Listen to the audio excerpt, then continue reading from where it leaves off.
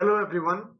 In this video, we are going to start the new topic, that is the reservoir and its planning. So in this video, we are going to study about the concept of the reservoir. So let's start.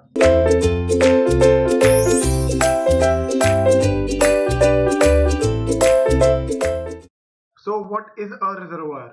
First of all, we'll study about its definition and then what are the different types of reservoir. So whenever a barrier is constructed across some river in the form of a dam, so let's say this is the bed of the river and across it we are constructing a dam. So obviously the water which was flowing, that will be stored behind this dam, and this water which is stored on the upstream side of the barrier, it forms a pool of the water which is generally called a dam reservoir or an impounding reservoir, or it is also known as the river reservoir. The quality of water which is stored here, that is not much different from that of a natural lake, because whatever water is stored in here, that was taken out of the river, and because of that the quality is somewhat like the natural water. Now the water which is stored in here, that is used for many purposes and majorly for the irrigation purposes. Now when we are consuming the water, this level will deplete. So this water which is stored, that is recharged during the next rainy season and therefore can be easily used almost throughout the year, and we will wait for the next rainy season so that we can refill again the emptying reservoir. Now depending upon the purpose which is served by a particular reservoir, they are broadly divided into following three types. The first one is the storage or the conservation reservoir. Second one is the flood control reservoir. Third one is the multi-purpose reservoir. And fourth one is a simple storage tank which is constructed within a city water supply and is known as the distribution reservoir. Actual definition of reservoir, that is for the barrier across a river. So that's why this fourth category is the special one, and earlier we studied only about the three types. So these three are based upon the river reservoir, while the fourth one is for the city supply and it is a simple storage tank.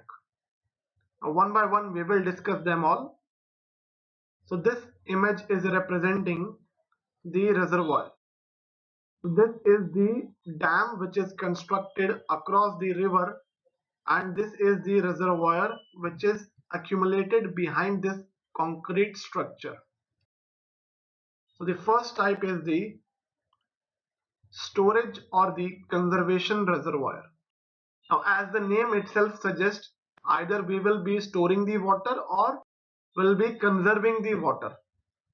So for the city water supply, for irrigation, for hydroelectric project, we need the water directly from a river or a stream.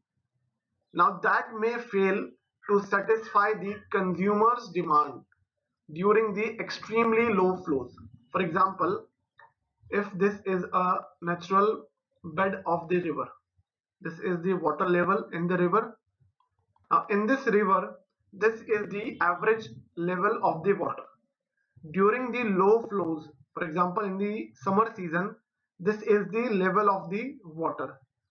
Now during that low season, we would not be able to extract the water out of the river in sufficient quantities.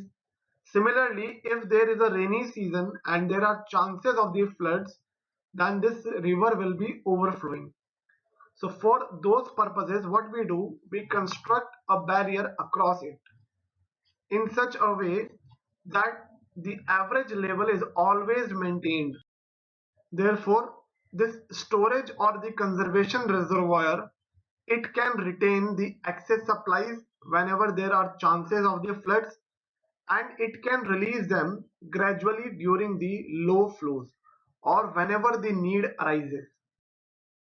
Now, in addition to the conservation of the water for later purposes, the storage of the flood water that also reduces the flood damage below the reservoir. That means the area which is situated behind the reservoir, that is known as the upstream side and usually written as U/S, while the area ahead or the below of this, that is known as the downstream side or written as D/S. Therefore, a reservoir can be used for controlling the floods either solely or in addition to the other purposes. So what are those purposes that we will see? This is an example of the storage reservoir. So as you can see, there is a large pool of the water which is stored behind this beautiful dam that is used during the different types of the seasons.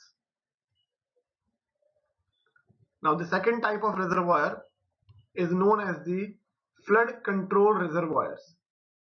Now it is generally called a flood mitigation reservoir because it stores a portion of the flood in such a way to minimize the flood peaks at the areas to be protected downstream.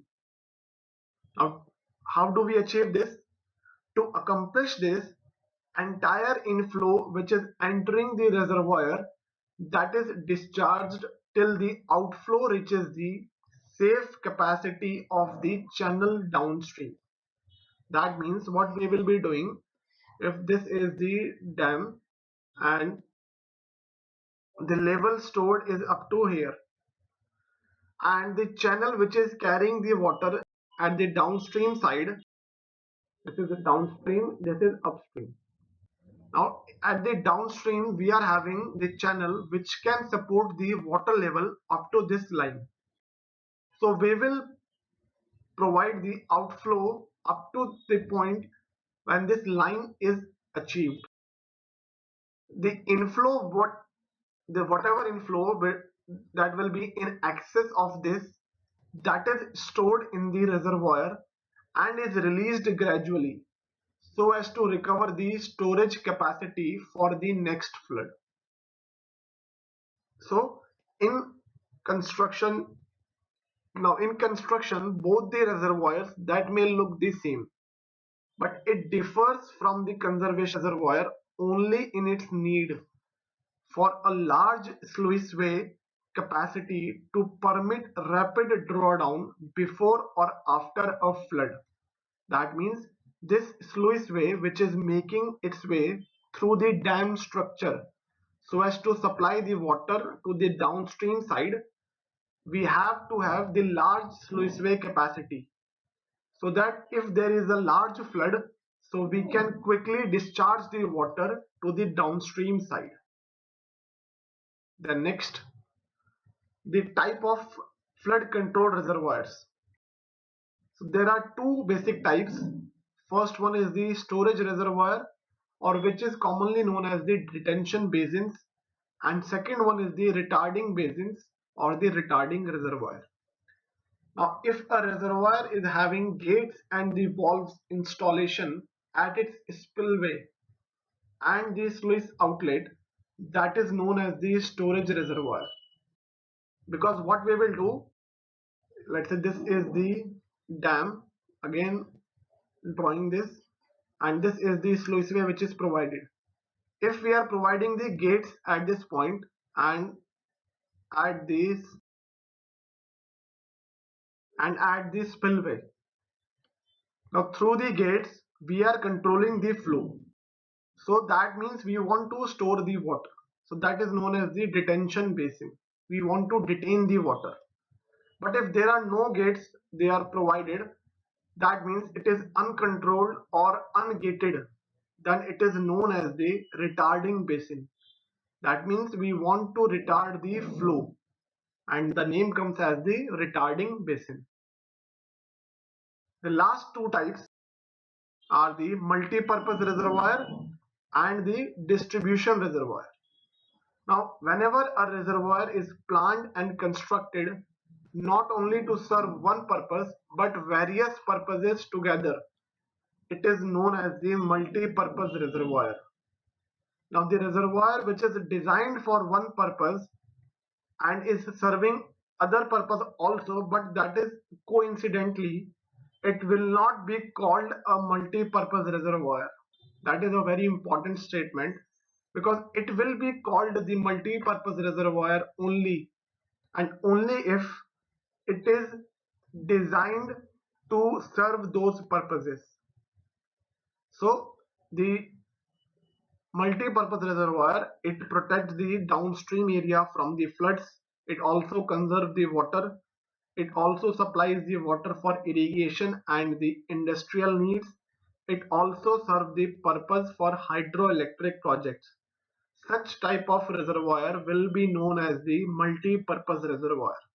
The example of it are the Bhagra Dam and the Nagarjun Sagar Dam, which are the important multi-purpose reservoir projects of India. Now the last one is the distribution reservoir. Now distribution reservoir is a small storage reservoir which is constructed within a city water supply system. So in the cities what we are having, this is the treatment plant. From here the water is lifted up to the overhead reservoirs which are situated in the overhead tanks, and then the water is supplied through this to the households. So the reservoir that can be filled by pumping the water at a certain rate.